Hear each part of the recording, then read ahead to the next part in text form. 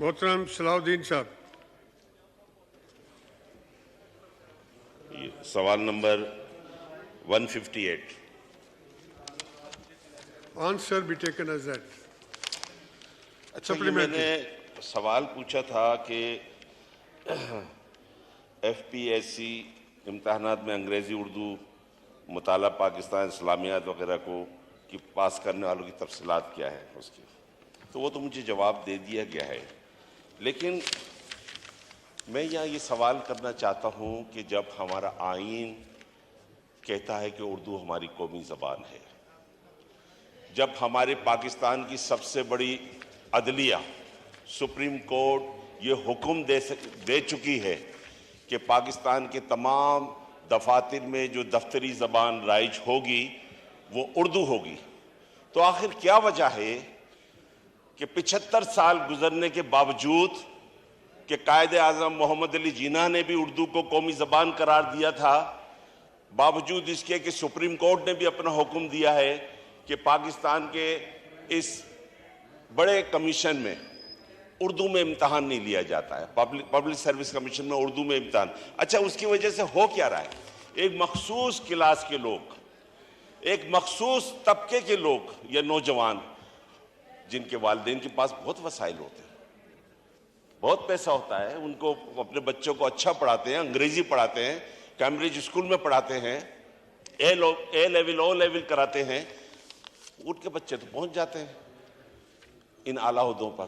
لیکن وہ غریب کے بچے جو پیلے اسکول میں پڑھتے ہیں، جینس ان کے اچھے ہوتے ہیں، ان کے پاس معلومات اچھی ہوتی ہے، ان کی آئی کیو بہت اچھی ہوتی ہے، لیکن چونکہ ان کی انگریزی اچھی نہیں ہوتی ہے، اس کی وجہ سے ان کمپٹیٹو جو امتحان ہیں جو کہ پبلک سروس کمیشن کے، اس میں یا تو وہ بیٹھ ہی نہیں پاتے، اگر بیٹھ جاتے تو وہ ناکام ہو جاتے ہیں امتحان دینے میں. تو آخر کیا وجہ ہے کہ اس کو اردو میں کیوں نہیں کیا؟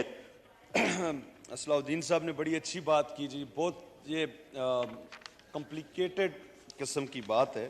ہمارے ملک کے اندر جو تعلیم کا نظام ہے وہ آپ کو پتہ ہے مختلف انگلش میڈیم، اردو میڈیم اور کچھ جو ادارے ہیں وہ ان کا جو سٹینڈرڈ ہے وہ اتنا اعلیٰ ہے، اور ان کی جو فیسز وغیرہ بھی ہیں وہ عام آدمی کی پہنچ سے باہر ہیں. تو یہ کسی طرح بھی برابری کے مواقع جو ہیں وہ بالکل درست انہوں نے فرمایا، اور دوسری وہ نہیں ملتے ہمارے اسٹوڈنٹس کو، ہمارے ان لوگوں کو جو ان مقابلے کے امتحانات میں بیٹھتے ہیں. تو سب سے پہلے تو اس ملک کے اندر جو ہمارے بھائی صلاح الدین صاحب نے سوال کیا کہ جب تک یکساں نظام تعلیم نہیں ہوگا، تمام جو اسٹوڈنٹس ہیں اس ملک کے اندر جو ان کو حکومت پاکستان ایک جیسے مواقع تعلیم کے، ایک جیسے ادارے اور ایک سٹینڈرڈ کا نظام تعلیم مہیا نہیں کریں گے، اس وقت تک یہ سوالات اٹھتے رہیں گے. اور جو قومی زبان کے حوالے سے بات ہے جناب چیئرمین، یہ حکومت بالکل اپنی بتدریج اس کو رائج کرنے کی کوشش کر رہی ہے. سپریم کورٹ کے فیصلے کا بھی انہیں حوالہ دیا. جن قوموں نے ترقی کی، آج ہمیں بھی اس کا فیصلہ کرنا چاہیے کہ ہمارا تمام نظام حکومت، نظام تعلیم وہ ہماری قومی زبان میں ہونا چاہیے. اگر ہم خود اس کی پروموشن اور اس کو اہمیت نہیں دیں گے تو پھر ہمارے لوگ پیچھے رہ جائیں گے. اب دو چیزیں چیئرمین صاحب بڑی اہم ہیں. ایک، پورے ملک میں یکساں نظام تعلیم، 18ویں ترمیم کے بعد صوبے خود مختار ہیں، مرکز کو بیٹھ کے ان کو ایک نظام تعلیم پہ متفق کرنا چاہیے. اور بحیثیت پاکستانی یہ حکومت پاکستان کی ذمہ داری ہے کہ وہ ساری قوم کے بچوں کو ایک سٹینڈرڈ کی تعلیم دے تاکہ سب کو برابری کے یہ مقابلے کے امتحانات میں موقع ملے.